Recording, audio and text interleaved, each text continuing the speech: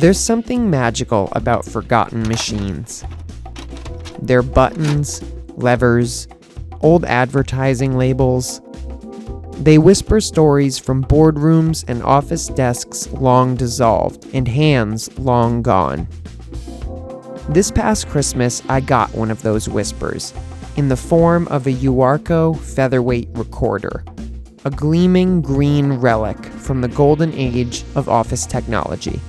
Despite having only a few scuffs here and there, this compact emerald green business machine from a bygone era still shimmers, almost as if it had been waiting, preserved for its next assignment. Hi, my name is Grahm Kwasnick, and welcome to Chapter 7 of the Diary of an Antiquer. To the untrained eye, this may look like an old cash box with a hinge problem, but it's actually a type of autographic register, a clever piece of office machinery designed to create duplicate receipts and invoices on the fly using carbon paper. Usually when you find vintage tech like this, it's missing some vital organ like ink, wiring, paper, etc. But not this one. This autographic register came equipped with a full, perfectly preserved spool of the historic transferring parchment known as carbon paper. To use it, you simply sandwich the sheet of waxy parchment between two pages. Write on the top one, and boom, an instant copy is made on the sheet below. No scanner, no USB or cloud sharing, just pressure and pigments. This invention would go on to revolutionize the way people kept records, practiced penmanship, and did business. In fact, the paper was so influential that the CC abbreviation you see in your email actually stands for carbon copy, a direct nod to this paper's legacy. The UARCO Featherweight Recorder is part of a lineage that began with larger countertop autographic registers. But by the mid-20th century, businesses began to pivot from this type of technology. The rise of computers, scanners, and printers redefined how companies processed forms. And UARCO, short for United Autographic Register Company, was right there in the thick of it. As computers entered the scene, companies like UARCO adapted accordingly. Windows 95 is so easy. Even a talk show host can figure it out.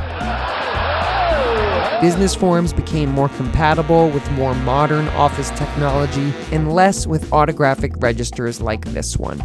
As a result, the need for these unique tools slowly faded away. But what really elevates this piece from interesting to incredible is what I discovered inside it. Tucked away in a small compartment within the Featherweight Recorder were perfectly preserved invoices from the 1930s and 40s, and most astonishingly, an original letter dated October 30th, 1941. Addressed to a man named Linwood Gary of Limerick, Maine.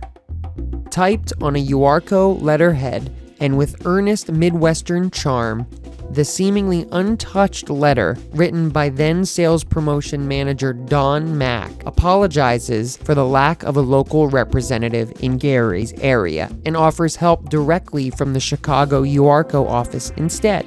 It's an earnest, personable piece of mid-century business communication that reads like a time capsule, and it floored me to have discovered it within the machine after all these years.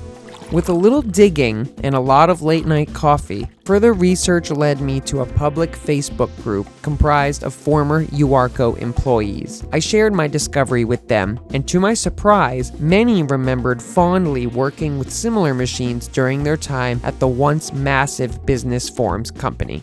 One even recalled seeing photos of past salesmen with similar autographic registers strapped to the hoods of their cars.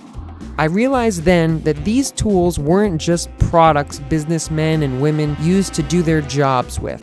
They were extensions of people's livelihoods and, in some small way, their identities. But what of Mr. Linwood? Who was this man that, based on the receipts and invoices found untouched within the heirloom, could have once owned and used this unique business tool? After scouring the web and searching through archives of old Maine newspapers, I learned that Linwood Gary was a Tower oil burner salesman, lineman, community member, a mason, and a radio engineer.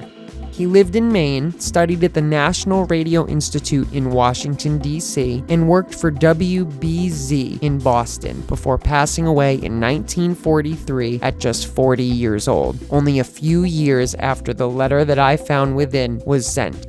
This UARCO Featherweight Recorder likely accompanied him on many of his personal and business travels, and was probably sold off by family after his passing. What started as a charming vintage gift quickly unfolded into a rich, multi-layered story, one of invention, industry, and the quiet lives that history almost forgot.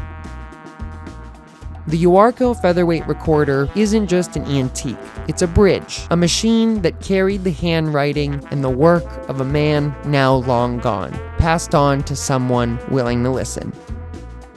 For more on the UARCO Featherweight Recorder, read the full blog post at thediaryofanantiquer.com.